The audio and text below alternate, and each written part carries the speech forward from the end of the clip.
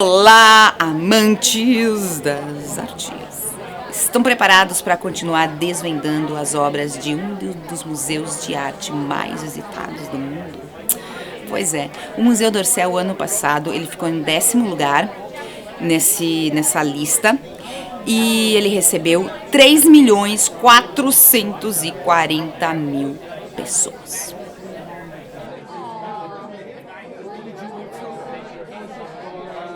Preparados, porque a gente vai entrar no universo de um dos meus artistas favoritos, Henri de Toulouse-Lautrec.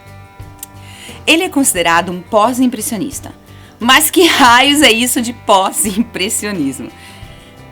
Olha lá, o movimento impressionista ele causou tanto burburinho, foi tão revolucionário, que gerou uma onda expansiva assim nas artes. Atraiu muitos e muitos artistas, mas alguns deles, por questões pessoais, por trajetória, por técnica, por desejos, acabou trilhando caminhos um pouco diferentes dos impressionistas. Mas como eles foram influenciados de forma bárbara pelo movimento, eles acabaram ficando conhecidos como pós-impressionistas, porque sua obra bebeu das fontes do impressionismo. E nessa denominação entram pintores tão diferentes como podem ser Gauguin, Van Gogh e o nosso Toulouse-Lautrec. O trabalho do Lautrec está bastante relacionado com a sua vida. Eu sei que sempre está relacionado com a vida do artista, mas no caso do Lautrec, se ele não tivesse sido rejeitado pela sua família, talvez ele não tivesse ido a Paris, talvez ele não tivesse se convertido em pintor. Então aí por isso a influência é mais acentuada. E por que ele foi rejeitado pela família? A família dele era cheia da grana. E para não diluir esse dinheiro, o que eles faziam? Eles casavam entre si. E a gente sabe que quando acontece isso, essa consanguinidade vai gerando uma debilitação genética. E o Lautrec acabou nascendo com uma doença hereditária chamada osteogênese imperfeita. Uma das consequências dessa doença é que as pernas não se desenvolvem de forma adequada, então ele acabou se convertendo no anão. Mas ele não era um anão, ele não nasceu anão, ele nasceu com essa doença. Então ele teve algumas partes que se desenvolveram como de um adulto normal, e outras como se ele tivesse os genes de um anão. Então você imagina a loucura que era. Ele era... Não gosto de usar essa palavra, não é que era feio, ele era assim, ele tem algumas partes deformadas, inclusive o rosto. E o que aconteceu? O pai, que era um garanhão, mulherengo, atlético, não suportava nem olhar para o filho, ele rejeitou o filho, principalmente o pai. E por isso o Lautrec acaba se autoexilando em Paris. A família era mais do sul da França, então ele acaba se autoexilando e ele vai morar onde? Num bairro que não tinha nada a ver com a família. Um bairro pobre, boêmio e periférico, Montmartre. E ele vai acabar retratando essa Montmartre nas suas obras, né? Na verdade, as obras dele são Montmartre em estado puro. E como ele foi rejeitado muito cedo, ele acabou tendo momentos de uma solidão profunda. Se lembra daquela solidão que você jura por Deus que não merecia? Isso desenvolveu nele um senso de observação agudo. Porque, claro, quando tu tá naquela solidão, você tem como o mundo ali, né, a teus pés, mas você não tá participando desse mundo e vê ele desde fora. Então, com poucos traços, ele era capaz de captar a essência, o caráter dos retratados, dos personagens que ele colocava na tela.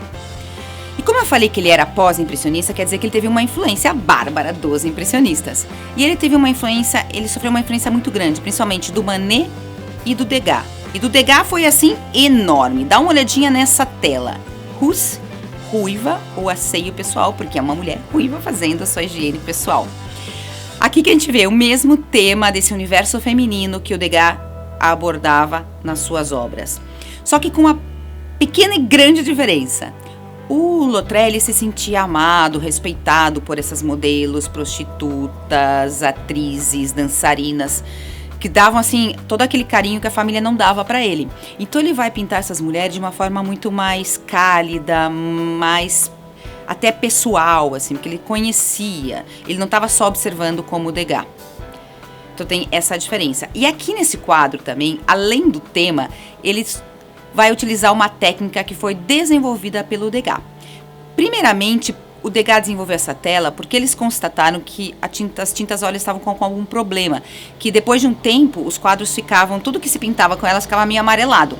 Então, para evitar isso, eles tentavam tirar um pouco do óleo, que é o aglutinante da tinta óleo. E como que eles faziam? O Degas desenvolveu a seguinte técnica, que era pegar a tinta, colocar em cima de um papel secante, então já chupava um pouco do azeite, e depois isso ainda colocava a trementina, que para diluir essa tinta. E essa tinta diluída que eles aplicavam não numa tela, que é tecido, mas sim sobre o papel.